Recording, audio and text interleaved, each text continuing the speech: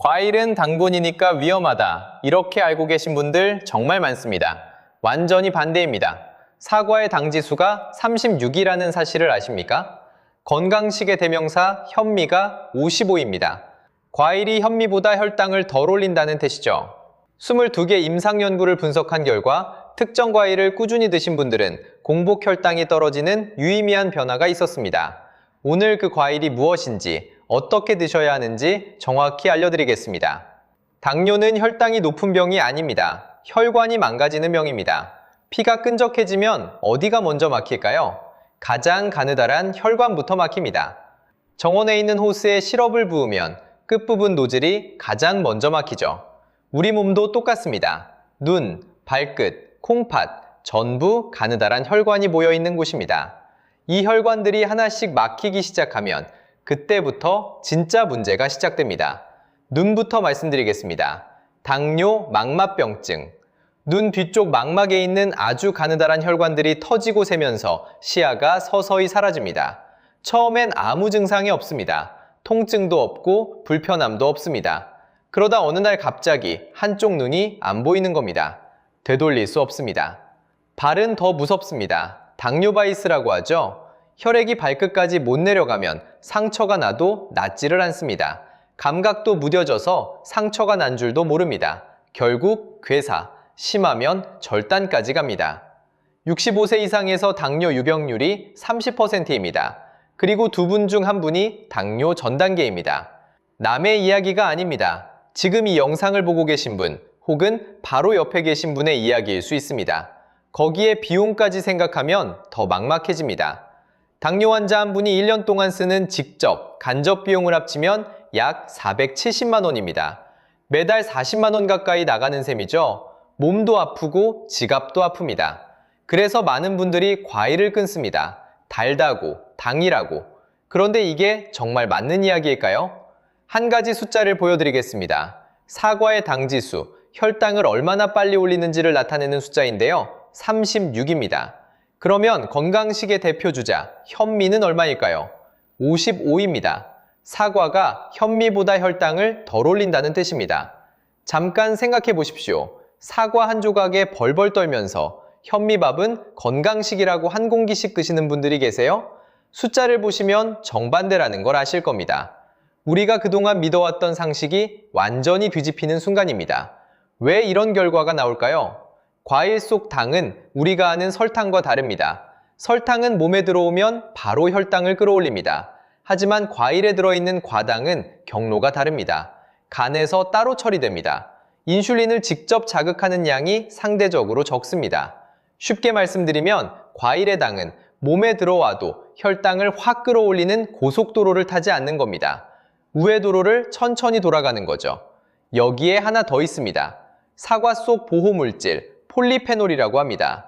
이 성분이 두 가지 일을 동시에 해냅니다. 먼저 장에서 포도당이 흡수되는 것을 막아줍니다. 포도당이 들어오는 문을 좁히는 겁니다.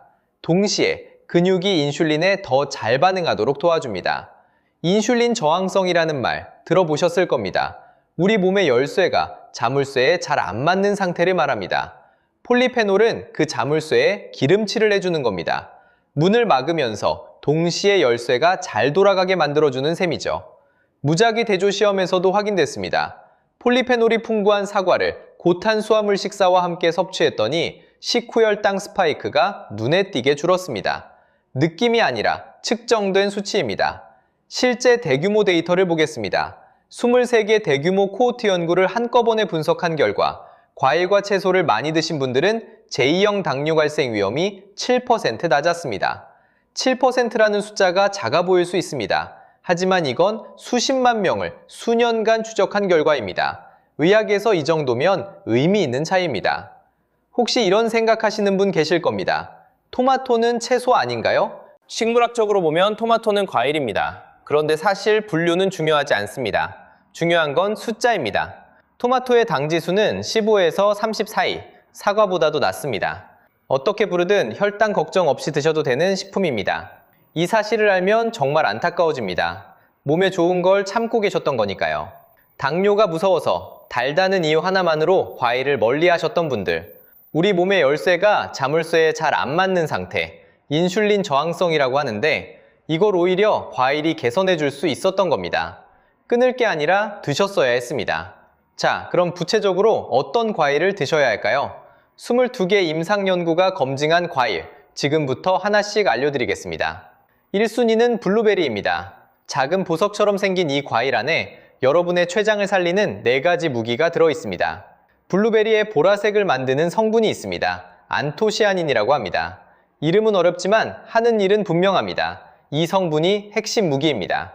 첫 번째 무기, 우리가 음식을 먹으면 소화 과정에서 당이 빠르게 분해됩니다. 안토시아닌은 이 분해 속도를 늦춰줍니다.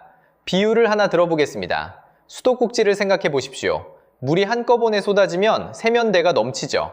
안토시아닌은 그 수도꼭지를 살짝 잠가주는 역할을 합니다. 당이 한꺼번에 쏟아지지 않도록 속도 조절을 해주는 겁니다.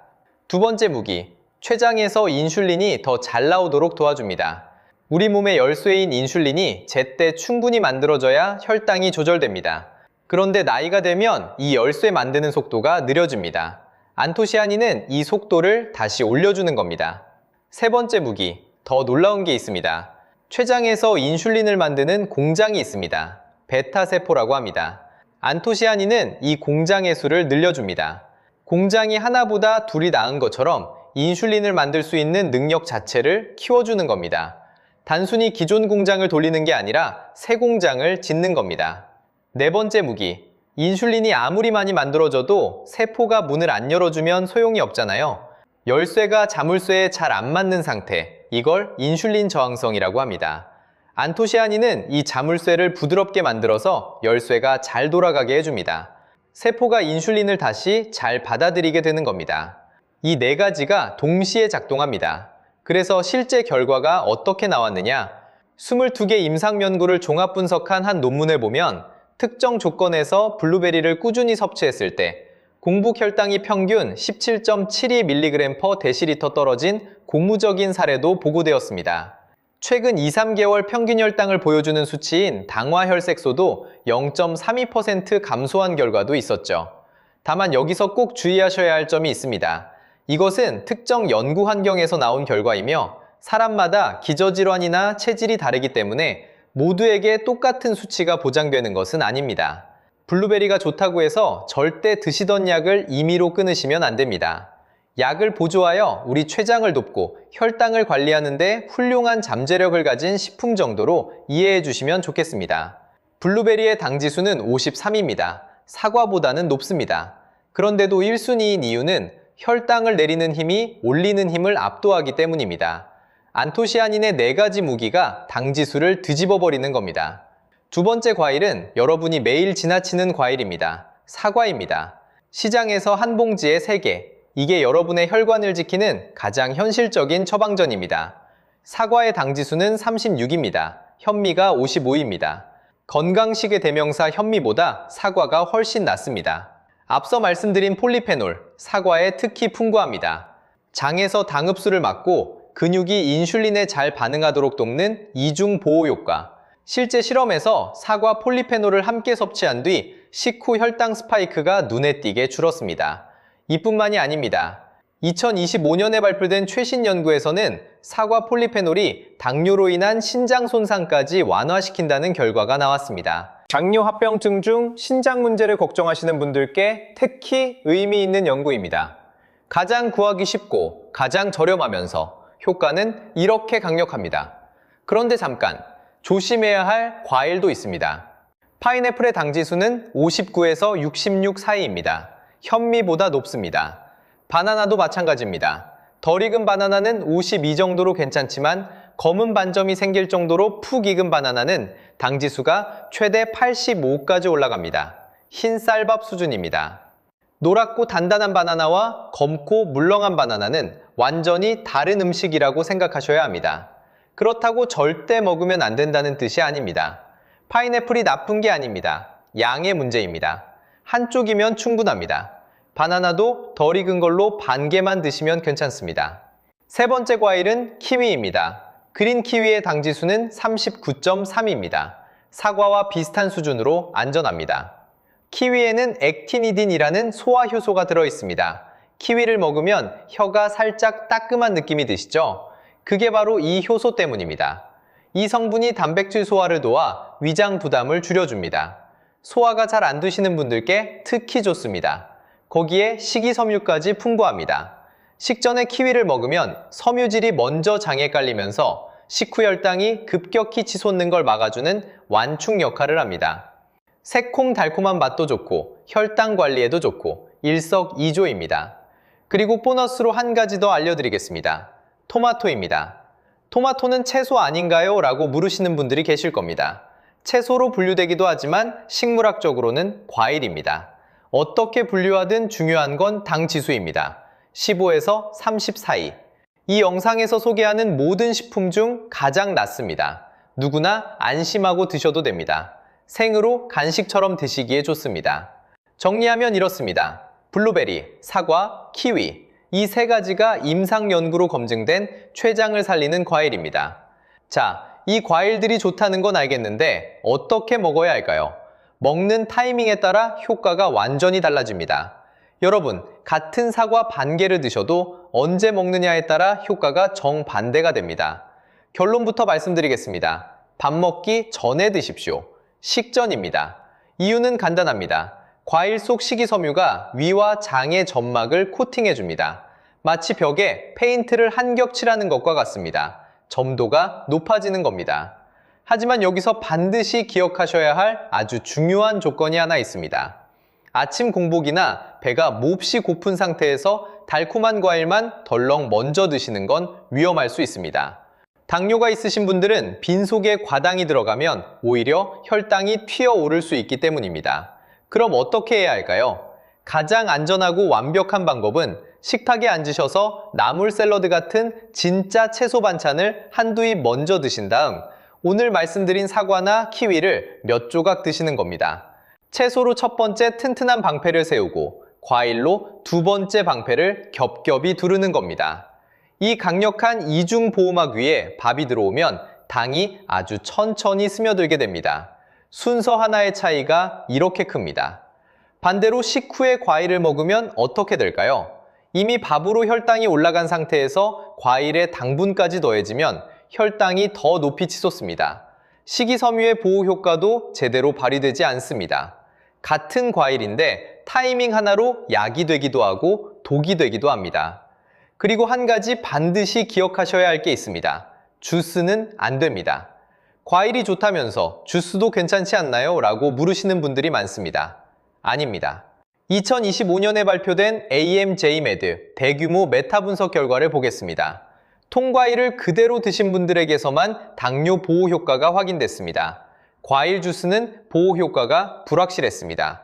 이유는 명확합니다. 주스로 갈아버리면 식이섬유가 파괴됩니다. 방금 말씀드린 그 보호막이 사라지는 겁니다. 남는 건 당분뿐입니다. 사과 한 개를 씹어 먹는 것과 사과 주스 한 잔을 마시는 것은 이름만 같을 뿐 완전히 다른 음식입니다. 씹는 과정에서 포만감도 생기고 섬유질이 장까지 온전히 도달합니다. 주스는 그 모든 과정을 건너뛰는 겁니다. 반드시 통과일 그대로 깎아서 드십시오. 하루에 얼마나 먹어야 하느냐? 복잡하게 생각하실 필요 없습니다. 주먹 하나에서 2개 분량이면 됩니다. 블루베리 반 컵, 사과 반 개, 키위 1개 정도면 충분합니다. 이 세 가지를 한꺼번에 다 드실 필요도 없습니다. 월요일은 사과, 화요일은 키위, 수요일은 블루베리. 이런 식으로 하루에 한 가지씩 번갈아 드셔도 됩니다. 부담 없이 꾸준히 드시는 게 핵심입니다. 면류를 좋아하시는 분들께 팁 하나 드리겠습니다. 끊을 필요 없습니다. 라면이나 국수 드시기 전에 토마토나 사과를 먼저 드십시오. 섬유질이 면의 당분 흡수를 늦춰줍니다. 마지막으로 블루베리가 비싸다고 걱정하시는 분들, 냉동도 괜찮습니다. 냉동 블루베리는 생 블루베리와 영양 차이가 거의 없습니다. 수입 냉동 제품이 훨씬 저렴합니다. 아침에 요거트 위에 한 줌 얹어 드시면 됩니다. 정리해드리겠습니다. 식전에 드십시오. 단, 채소를 먼저 드신 후 통과일로 드십시오. 주먹 하나에서 2개 분량이면 충분합니다. 이 세 가지 원칙만 지키시면 됩니다. 이제 정리하겠습니다. 과일은 당이 아닙니다. 여러분의 췌장을 지키는 자연의 처방전입니다. 그동안 당뇨가 무서워서 과일을 끊고 계셨던 분들, 그 마음은 충분히 이해합니다. 몸에 좋은 걸 하려고 참으셨던 겁니다. 그런데 그 참음이 오히려 몸을 해치고 있었습니다. 과일을 피하면서 잃어버린 건 식이섬유, 폴리페놀, 안토시아닌, 바로 혈당을 잡아주는 방패들이었습니다. 블루베리, 안토시아닌의 4가지 무기가 공복 혈당 조절에 도움을 줍니다. 사과, 당지수 36, 현미보다 낮습니다. 키위, 당지수 39, 식전에 먹으면 혈당 급상승을 막아줍니다. 이 3가지를 채소 반찬 섭취 후 식전에 통과일로 드십시오. 주스 말고 깎아서 그대로. 주먹 하나에서 2개 분량이면 충분합니다. 내일 아침 사과 반 개로 시작하십시오. 냉장고를 여십시오. 사과 하나를 꺼내십시오. 반을 잘라 채소와 함께 밥 먹기 전에 드십시오. 그게 여러분의 첫 번째 처방전입니다. 여러분이 드시는 과일 한 조각은 작아 보입니다. 하지만 그 안에는 혈당을 조절하고 인슐린 공장을 지키고 혈관을 보호하는 힘이 담겨 있습니다. 작은 과일이 큰 변화를 만듭니다. 이 영상이 도움이 되셨다면 과일을 무서워하고 계신 주변 분께 꼭 공유해 주십시오. 여러분의 공유 한 번이 누군가의 식탁을 바꿀 수 있습니다.